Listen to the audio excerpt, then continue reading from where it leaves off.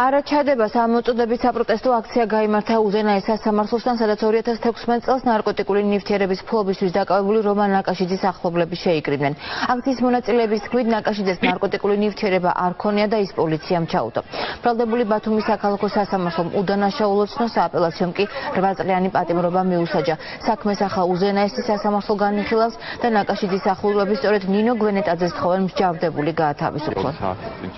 ვინაიდან ის იყო ამ საქმეში უდანაშაულო და ბათუმის სასამართლომ და ექსპერტიზის დასკვნამ დაამტკიცა, რომ ამ ადამიანს არანაირი შემხებლობა ნარკოტიკულ საშუალებასთან, რომელიც მას ჩაუდეს, არ ქონია. აქედან გამომდინარე, აღნიშნული სააპელაციო სასამართლოს გადაწყვეტილება სრულად უკანონო და დაუსაბუთებელია და ვთხოვთ უზენაეს სასამართლოს ქალბატონ გვენეტაძეს მიიღოს ამ საქმეზე ჭეშმარიტი კანონიერი გამამართლებელი გადაწყვეტილება. ჯანმრთელობის პრობლემა თუ სასამართლო სისტემის გავლენიან წევრებთან დაპირისპირება 10 წლის ვადით არჩეული უზენაესი სასამართლოს თავმჯდომარე თანამდებობიდან ვადაზე ადრე გადადგა. ამ გადაწყვეტილებას ნინო გვენეტაძე მკურნალობის საჭიროებით ხსნის, თუმცა მხოლოდ ეს მიზეზი პოლიტიკურ წრეებსა და მესამე სექტორში ეჭვს იწვევს. მით უმეტეს იუსტიციის უმაღლესი საბჭოს წევრებთან იმ დაპირისპირების ფონზე, რომელიც ბოლო პერიოდში განსაკუთრებით თვალშისაცემი იყო.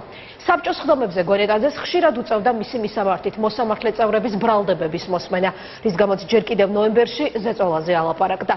პრეზიდენტი სასამართლოს უმაღლესი ინსტანციის პირველი პირის ასარჩევად აკადემიურ წრეებთან ახლა კონსულტაციებს იწყებს, თუმცა ინტრიგად რჩება, დაელოდება თუ არა მმართველი გუნდი ახალი კონსტიტუციის ამოქმედებას, რომლის მიხედვით უზენაესი სასამართლოს თავმჯდომარეობის კანდიდატის წარდგენა პრეზიდენტის უფლება აღარ იქნება. შორენა ხვიჩა მუშაობდა დღეს ამ თემაზე, მას ახლა პირდაპირ ეთერში ჩავთავთ. შორენა, რა განცხადებები მოყვა ნინო გვენეტაძის მოულოდნელ გადაწყვეტილებას? პირველ რიგში ის, რომ გიორგი მარგველაშვილმა დაიწყო, რაც უკვე ახსენე, კონსულტაციებს დაიწყებს ორშაბათიდან და ემზადება იმისთვის, რომ აკადემიურ წრეებთან ერთად შეარჩიოს ახალი კანდიდატი უზენაესი სასამართლოს თავმჯდომარეობისთვის.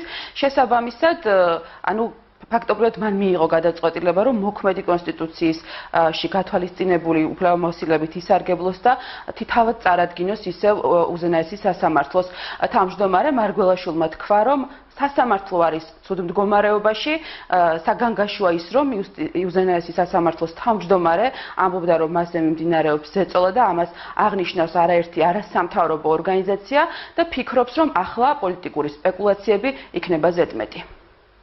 მისი ჯანმრთელობის მდგომარეობა არ არის პრეზიდენტის კომპეტენცია, მაგრამ სასამართლოს ჯანმრთელობის მდგომარეობა პრეზიდენტის კომპეტენციაა და მოგახსენებთ, რომ სასამართლოს ჯანმრთელობის მდგომარეობაზე შემიძლია მოგახსენოთ, რომ სირთულეებია და სერიოზული სირთულეებია სასამართლოსთან მიმართებაში. მე ამ პროცესში ჩავთავ მთელ საზოგადოებას.